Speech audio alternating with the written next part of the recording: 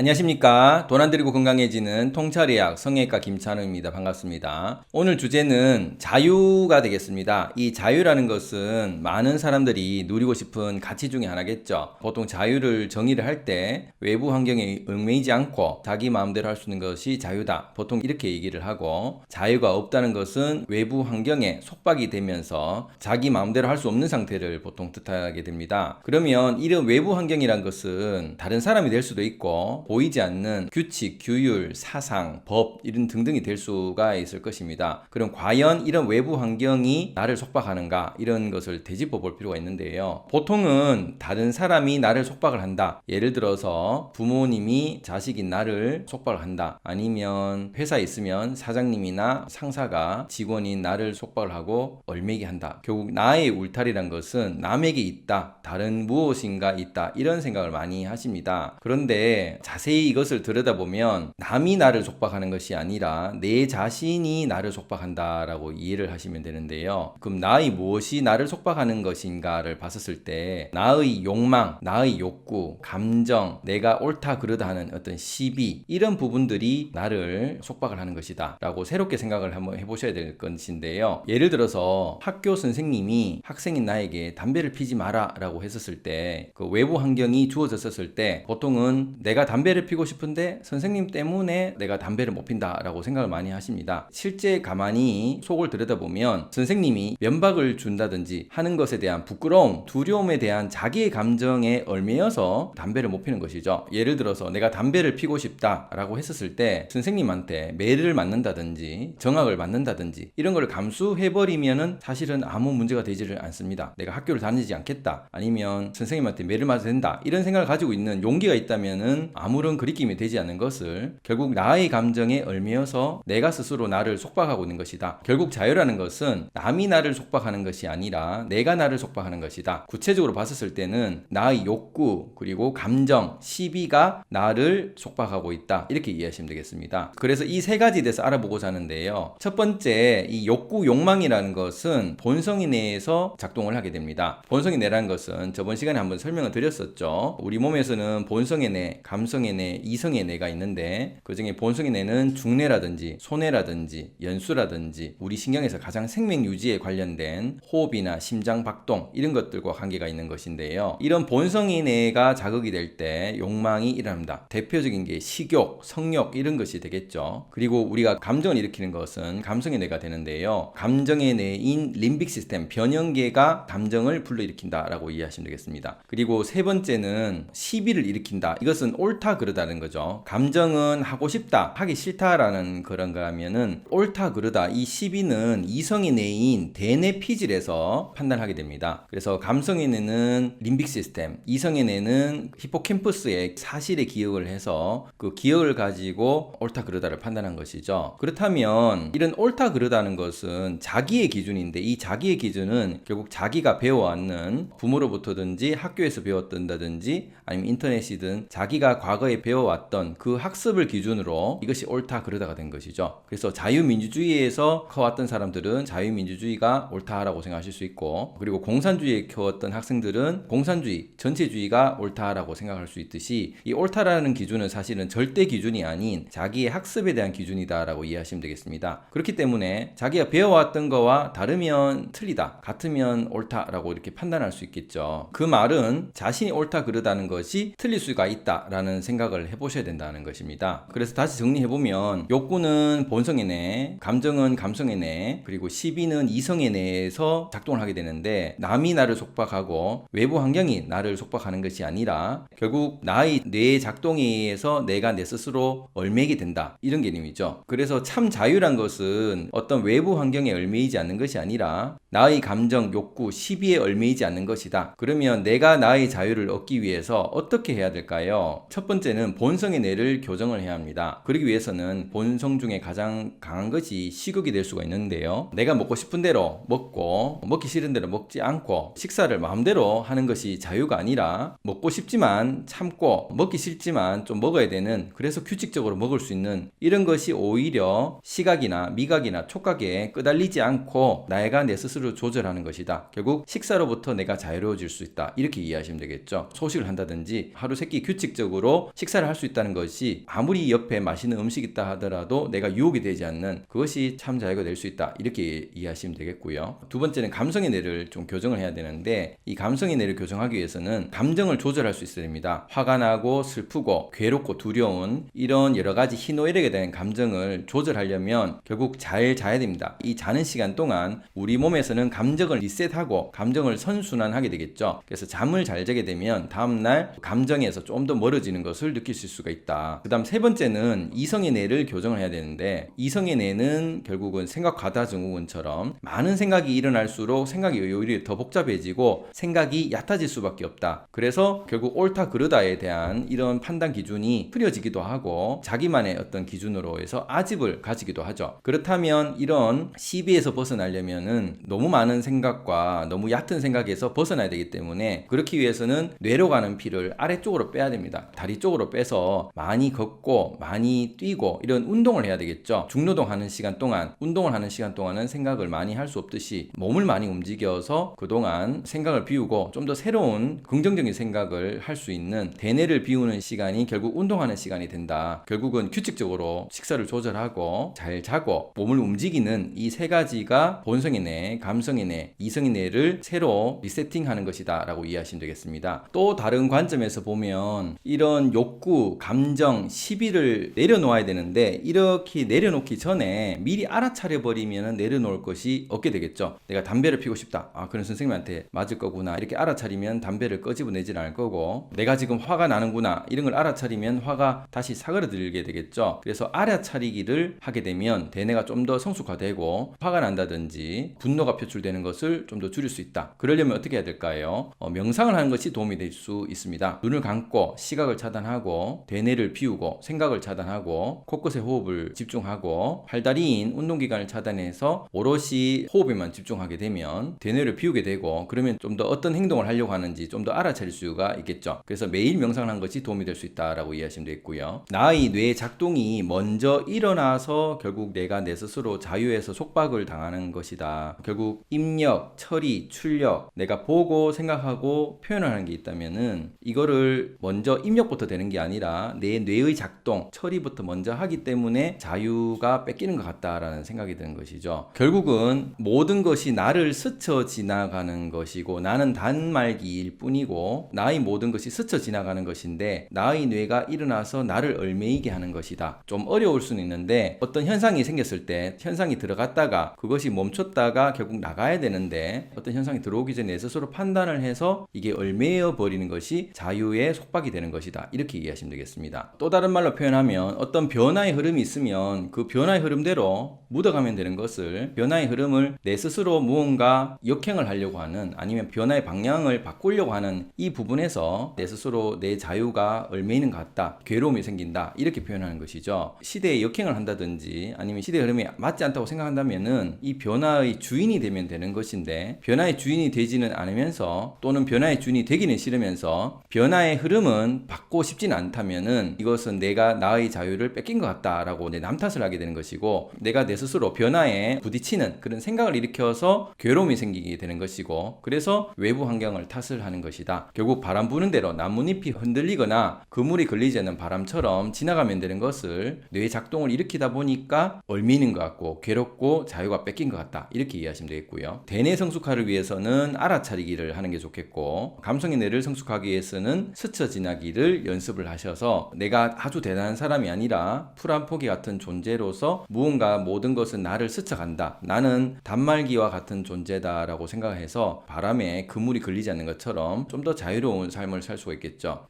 마지막으로는 있는 그대로 바라보기입니다. 이것이 이제 본성의 뇌의 성숙화가 되겠는데요. 이 본질을 바라보게 되면 결과적으로는 괴로울 것이 없는데 바깥의 표면적인 현상을 바라봄으로써 또 많은 괴로움이 생기게 되겠죠. 그래서 자연의 어떤 현상 아니면 그 사람의 어떤 본성을 느낀다면 있는 그대로만 그 사람을 바라보더라도 결국 어떤 사람이 싫은 사람이 있다. 그렇다면 내가 무엇 때문에 이제 싫은 것이지 그 사람이 나쁜 것은 아니니까 있는 그대로만 바라보더라도 그 사람으로부터 내가 자유로워질 수 있다. 이렇게 이해하시면 되겠습니다. 정리를 하자면 대뇌 피지를 먼저 교정하기 위해서는 운동을 해야 되고 그리고 대뇌를 성숙하기 위해서는 알아차리기인 명상 등을 연습하시면 되겠고요. 그 다음 감성의 뇌를 교정하기 위해서는 규칙적으로 숙면을 숙면을 잘 취하셔야 됩니다. 이런 감성의 뇌를 성숙하기 위해서는 스쳐 지나기를 연습을 하셔서 나는 그물과 같은 존재다 라는 인식을 좀 하시면 좋겠고요. 그 다음 본성의 뇌를 교정하기 위해서는 대표적으로 식욕을 조절하기 위해서 소식을 하고 규칙적으로 먹는 연습을 해보시고, 본성의 뇌를 성숙하기 위해서는 결국 있는 그대로 자연 그대로를 바라보는 그대로 보기를 연습해 보시면 결국 이 6가지가 내가 내 스스로 참 자유를 느낄 수 있는 좋은 방법이 되지 않을까 싶습니다. 감사합니다.